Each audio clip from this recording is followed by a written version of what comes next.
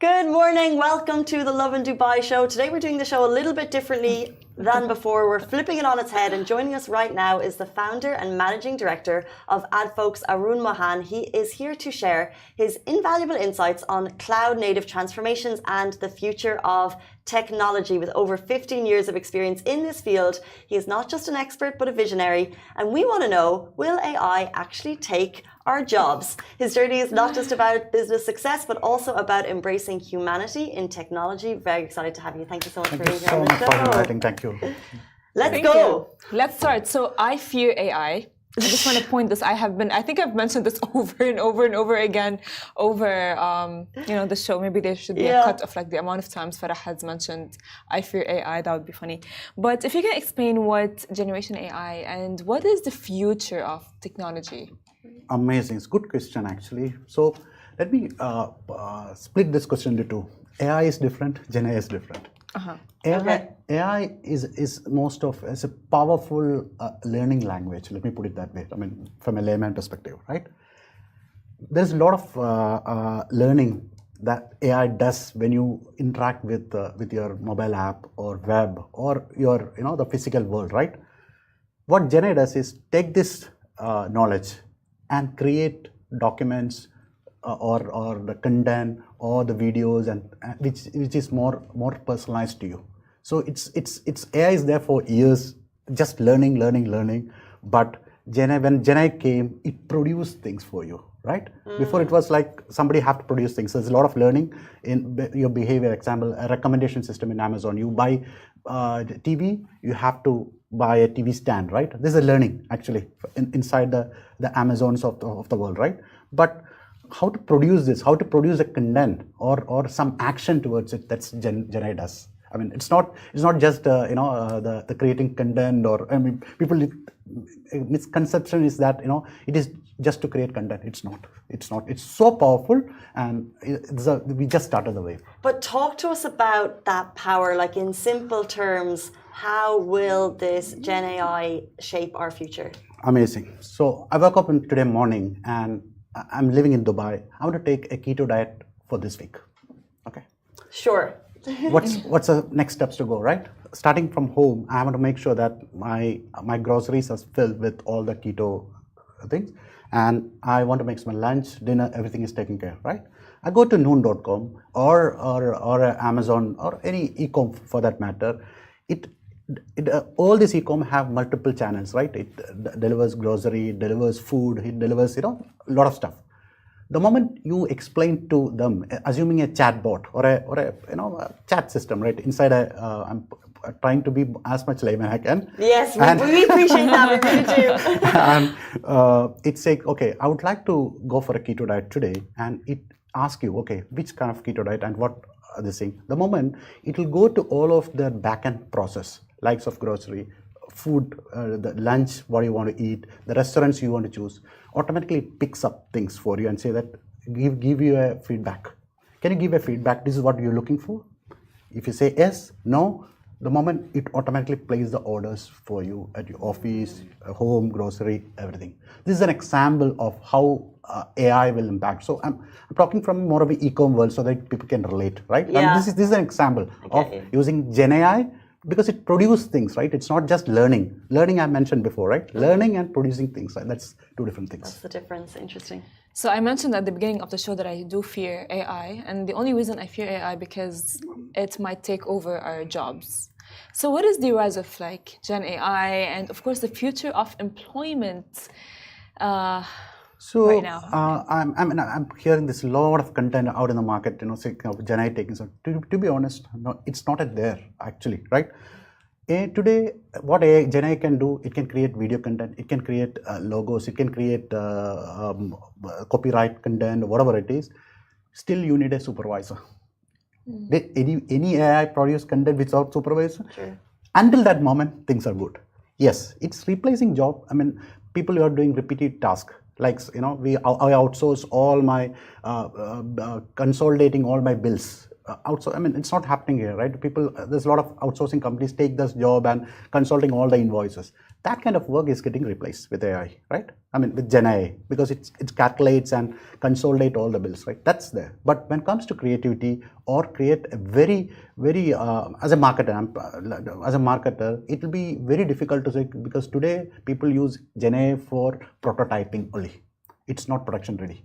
Market yet to come to create specialized app, right? So ChatGPT or Bard, all these are just starting. It's a framework. It's a learning tool till now. Actually, it's only prototyping. I love the way you've kind of half mentioned that it's just the beginning, and Farah's saying, will it take our jobs, which is definitely a concern in future. But our question is, what about the security concerns? What about privacy concerns? What about the way AI is like taking my voice and it can use it, or take my photo? How can maybe businesses or people address those now so we shouldn't fear them?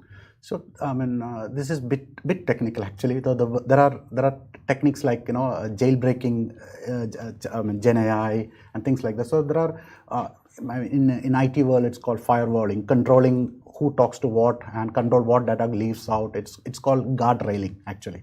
So there are techniques that an enterprise or a e-com company or an internet-based company use to control this basically. So there are, but it's getting adopted. It's very early to say, right? So whatever platform that we see today, like Gen AI, OpenAI, or the Bard of the world, it's just a basic platform. The more apps to come, very specialized, you can't, because it's all about the data that you have. I told you, right? The AI is there, the learning thing, right? That learning, if you don't have a perfect learning data, it's very difficult to get a perfect answer. Still, you need a supervisor. So it's not really easy. And how I see is that, we see the text and voice of yours. Still, it's not, if you see very, very perfect, I'm a bit curious and yeah, this is something generated by AI. But it's all about the data you have, right? I mean, the perfection still, I feel it's not there. It's not there, okay. Well, we have seen a lot, like the other day we reported on the AI influencer. So how can people who use, their phones and social media and all of these things, differentiate between the real and the AI in terms of like phone calls, messaging, and all of those things? So, I mean, we're all aware of something called plagiarism, right? I mean, just give you an example. Mm-hmm. Like this, there's a lot of plugins available today. Is it AI generated content or so there are all the apps or all the customer facing apps is coming out some kind of a feature, seeing that this is not human driven or things like that. But that's also at very early stage. So we can control application will come in the market where it controls things. And that's why I'm talking plagiarism. It's easily tell it's being copy pasted or generated by AI, because AI, the platforms it generates comes with too much of knowledge, and seeing or reading the content or hearing the voice, we get a point that it's not by a person. So there are a lot of tests people do automatically, and you see spelling mistake. Yesterday there's a post, right? I mean, people write ChatGPT 4 is released, and there is a 0 added to this. All the people tweeted with this with the AI generated content have this 0. It's a typo. Everybody follow the same thing. So it means that, and if you put a post like that in front of social media, it degrades us, to be honest, actually. So this is what the moment it's an accidental. Yesterday there's a post. I mean, it's a typo from ChatGPT, and that's why I say it's not perfect. I think we can still see, like right now, like with that AI influencer that we spoke about, you can still tell that she's not a real person. Yes, exactly. I want to ask about AI's impact on the environment. Is it true that the actual generators have a negative effect on the environment? It's all about when it comes to environments. It's, I would say, mostly on compute power, right? The power used to generate this. It's required huge compute system. It's not. It's a big game, right? So it's by that's why Apple of the world or Microsoft of the world is really putting mandate to make sure that the amount of energy the power they use to generate this kind of content. There's a lot of restriction around it. So yes, another way. But to be frank, as a layman, people like us, it didn't matter actually. So we should. It's more of a big platform play. So we all are users inside this ecosystem. That's it. We don't really feel it because we are outsourcing this to Microsoft, Amazon, Google, Apple of the world to get it done. So we hope that they think about us Yeah, when they for sure, continue for to use the sure. computer generators, right? Well, how is AI transforming at an enterprise level? Very interesting question. So this is what day in day out that we do, right? As Adfolks, and we're part of a big group called Zain Tech, right? So it got this company got. I was a founder and got acquired by Zain Tech. So what enterprises is trying? So everybody's in the experiment stage, right? So the airports of the world have replacing the chatbot, the manual way how they respond to flights and this. Now they are trying to bring the knowledge inside. So example, somebody is asking for what's my flight to Heathrow today, and by the way, it also gives a recommendation. Oh, by the way, it's raining in UK. Make sure that you do blah blah blah. That's where it's going. So it's still not live because again, there's an incident. Somebody went to Volkswagen website chatbot and asked for how to make pasta, and it responded. Can you imagine? It's amazing. So I mean, so still let's say very early stage, but it's getting matured, and people in an enterprise are putting money. So I'll see an example. So we have seen blockchain wave all these years, right? But if you go to as an enterprise company helping customers in digital transformation, it was very difficult to get a check of $100K to do a blockchain project. But if it is AI, CFOs are pushing this because they want to optimize, they want to give more customer experience. That's a mandate.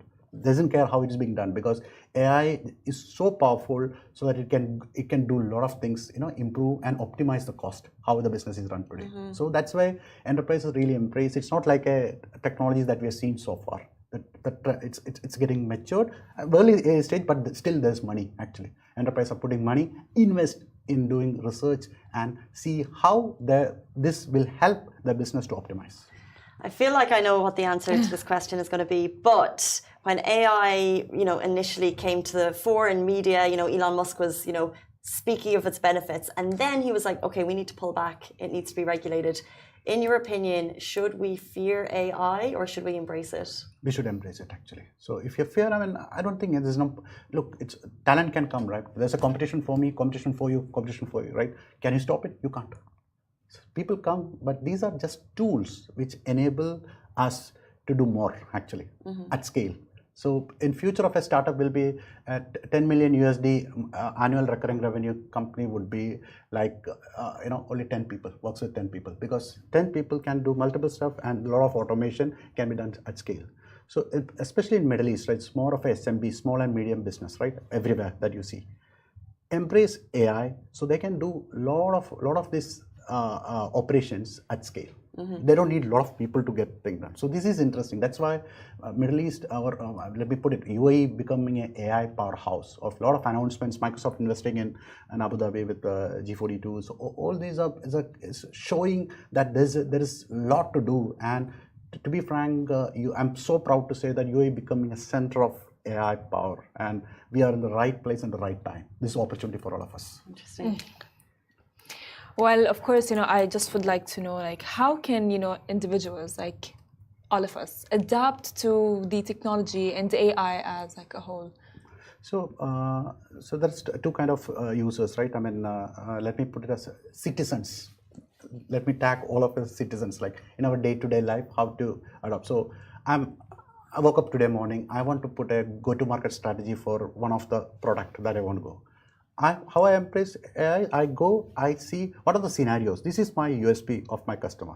This is what I want to pitch. Then I'm training myself and saying that, if customer says, not now, later, what's the pitch I should give, right? To be honest, I used to train myself before meeting a customer. So I know all the scenarios that I can take the customer into and convince them to get into this thing. Similar to yours, analyzing a content, right? So you can use AI, bring a lot of content, but try to use as a more of a Q&A or rehearse yourself, right? That kind of thing. So that we become very sharp and we can use it really well. Rather than you put something, you get a content. I think it's not. Still, a supervisor is required to get the best out of it. That's from a citizen angle. From an enterprise angle, I covered most of the use cases in its different scenario, right? So this is where the CFOs are really under pressure because citizens started adopting a technology. Why enterprises or business not using it? That's why they're putting money on the table saying, "Yalla, let's start testing things, how to optimize our business. Agreed. So acceptance of citizens that's a wave. I mean, blockchain was not adopted by citizens. You and me couldn't try a blockchain application. We talk high about it, Google it and talk. But have you tried creating a blockchain app? No. But we have started using it. So it's reached the moment a technology reaches the citizens, started using it, that's where things gonna change. Those are wise words from the founder of Adfolks, Arun Mohan. Thank you so much for joining Thank you so us. much. Thank you. Nice, Thank you for being feeling. here. Cheers. Optimize AI to make yourself better, but don't copy paste people. We will know. That brings us to the end of our interview segment. Very shortly, we'll be back for our top news stories. Do stay tuned. We'll be with you after this short break. Thank you.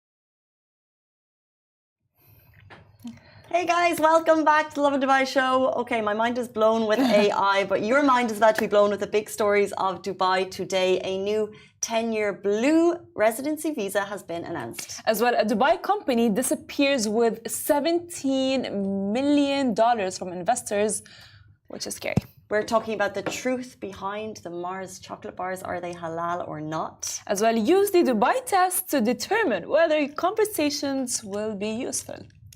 And we've already been fortunate enough to be joined by the founder of Adfolks.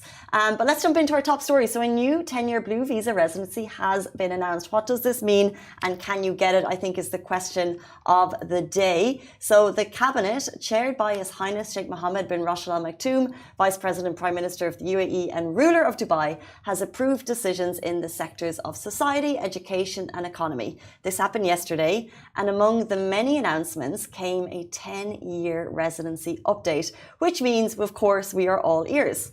The cabinet approved granting blue residency to specialists in the field of environmental conservation and sustainability. So if you're in the environmental field and tackling one of the biggest challenges of our time, you're welcome in the UAE.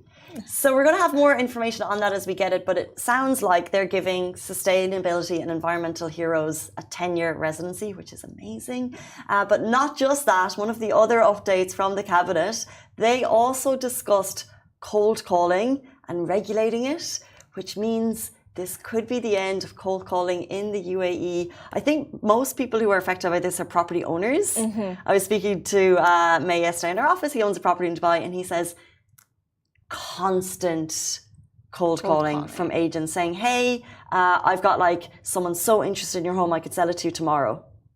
Okay. Do you ever get cold calling? Because they're trying to, so some of the numbers sometimes become available. I'm not really sure how, of property owners, and they'll cold call you because agents are just trying to make deals.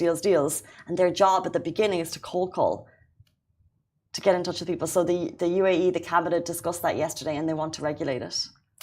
I mean, honestly, I haven't because I do not own property. Maybe in the future, I don't know. But of course, I can imagine it must be kind of like maybe I would say annoying. It is annoying. It can be really annoying. I mean, if I was like, if I had property and I would have like a cold call, I'd be like, can you leave me alone and stop calling, please? You're annoying me. Do you though, when you get a random number, do you answer? Yeah, but they're mainly Scams. So annoying. They are. And they go like, hi, we have, I mean, did I show you when we were in the meeting how like I suddenly got this like thing of like, oh my God, I need to go to the police or... and I had to go to the police and I had to put my bank details, because the police would definitely want my bank details. For sure. I love in retrospect because I got the police in touch with me like 2 years ago, the police. And at the time you're like, oh, maybe they need it for my Emirates ID that's nearly out of date. It's like they know. Anyway, cold callers generally are legitimate companies, but we're about to jump into an illegitimate company who have apparently scampered with $17 million. Well, this is scary because these people took scam to a different level. So Dubai company disappears with $17 million from investors. So Blue Chip Group is an investment company that promised investors a 3% became a ghost town. Investors anywhere from, they put in values of anything from 1,000 dirhams to 1 million. So you can imagine how people are keenly affected by this. They all received an important announcement email from the company on April 15th and April 20th. This cited regulatory issues and suspended further payouts. Now, they received another email on May 2nd stating that refunds plus 10% will be made through a trading wallet, provided investors engaged in minimum trading activity for 6 months. Investors, however, never signed up for a trading wallet with the company. Blue Chip looked very legitimate, by the way, with a professional-looking website, celebrity endorsement, or rather just attended one of their events and social media presence. Scary. We all want to save. We discussed yesterday the FIRE theory of like, okay, so you save 80% of your money, you put it somewhere, it grows, but like, you need to know where you're putting your money. The poor people involved in the story, it's so hard to know what's legitimate and what's not. That is true. Especially when you see a celebrity name attached to something. For some reason, it gives the gravitas that it's real. Yes, and the thing is, like, I think they use like, I think the celebrities should sue them for that, if you want to think about it, because like if someone's using my name as if they're invested, gone. I think the people who've lost their money would also like to, right? Yeah, but like at the same time, I mean, I don't know, but they must be very frustrated. It must be like this is a different level of scam at this point. Yeah, we understand calls, emails, all of these things, messages, but a company. And you actually have people actually invest in the company, and then you take all of the money and leave. Like, what sorcery is this? Like, I mean, who hurts you?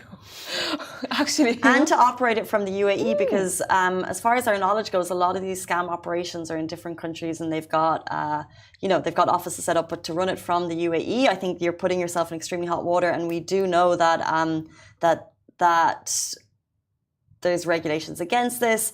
If the company is ever found, the people involved with it, they will be held accountable. That's true. We just hope that the people who put their hard-earned money into this unknowingly, we hope that they get their cash back. It's just when you look at the rates that were initially involved, so they were saying kind of you'd get a 3% monthly return. It says here a minimum investment of $10,000 locked in for 18 months. But if you're getting 3% monthly on that, you're thinking, okay, I'm only putting my money in for less than 2 years. And I don't have the figure here. My maths is terrible. But that is a tasty looking investment. That is true. And I think sometimes if it looks too good to be true, unfortunately in this case, it looks like it was too good to be true. It was too good to be true. And you know, that's the thing, like, I feel like, of course, I'm not going to say anything to whoever invested in the company, you know, I feel bad for them, you know, I have anything to say, I'll be like haram, because they wanted to, you know, probably like they had a lot of money saved up and they wanted to invest in it. And they're like, fine, that's a good company.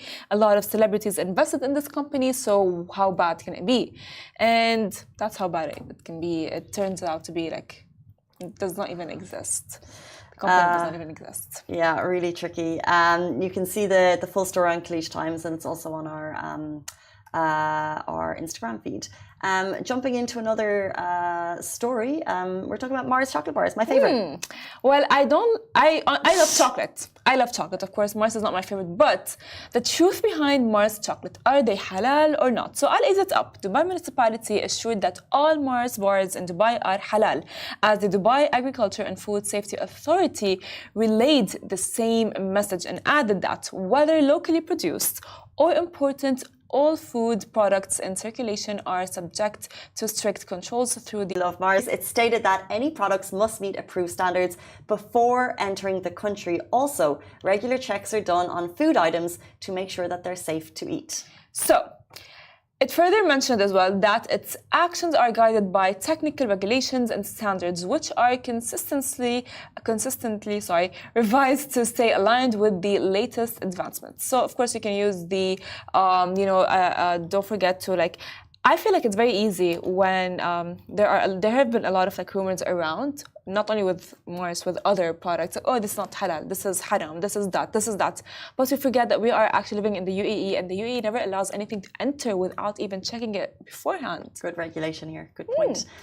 One thing I need to ask is, before the show, Farah said she didn't like Mars chocolate bars. I was like, what? They are OG. But my question to you, Massa, Hisham, Farah, have you guys tried a battered Mars bar?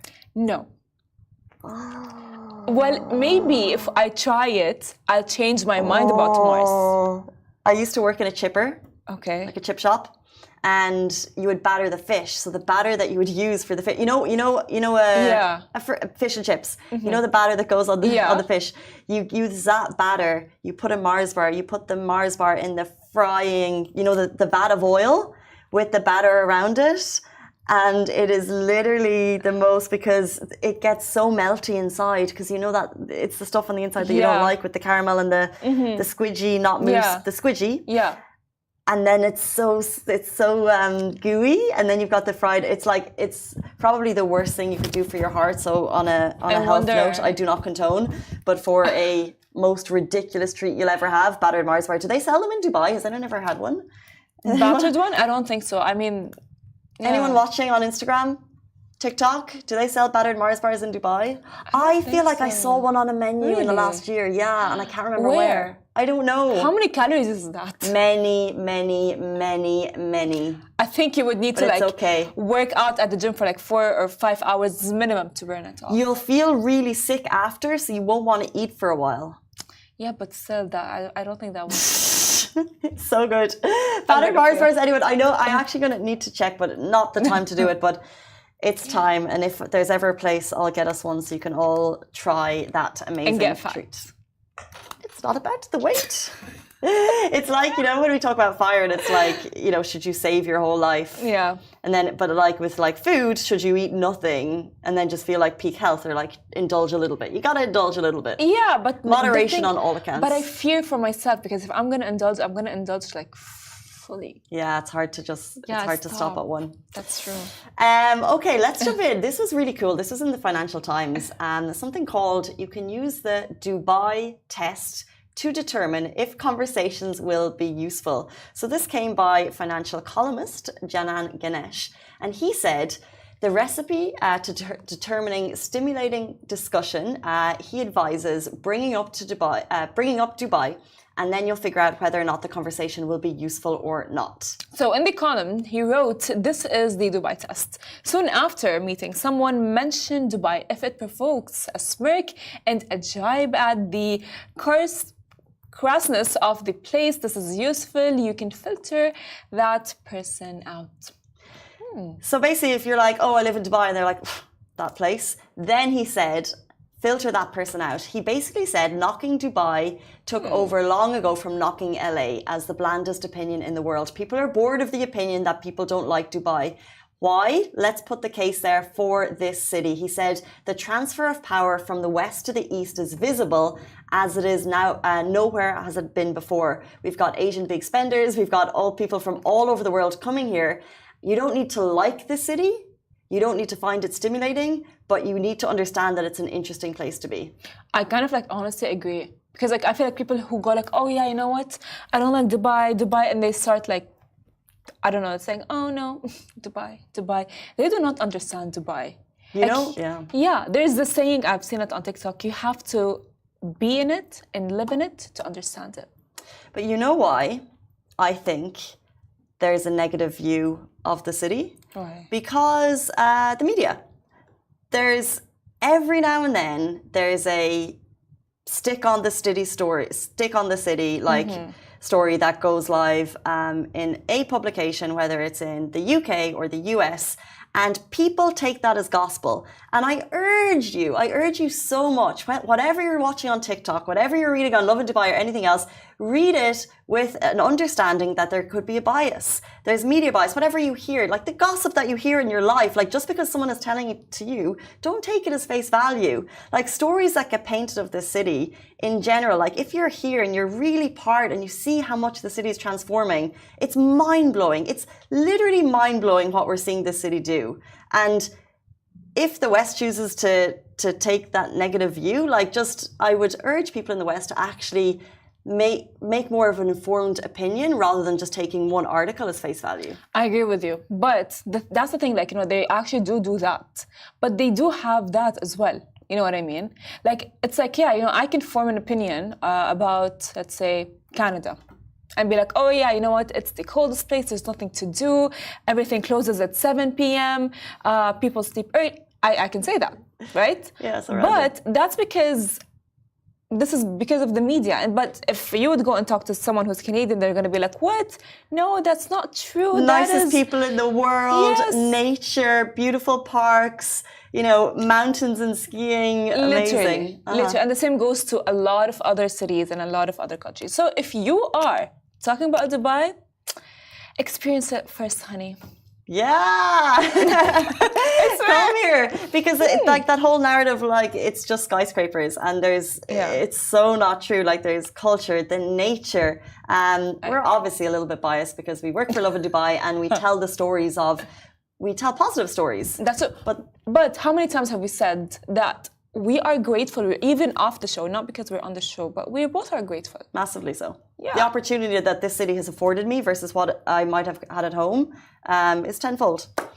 And on that positive note, I get back to the comments to see if anyone has mentioned a battered Mars bar, but no one has.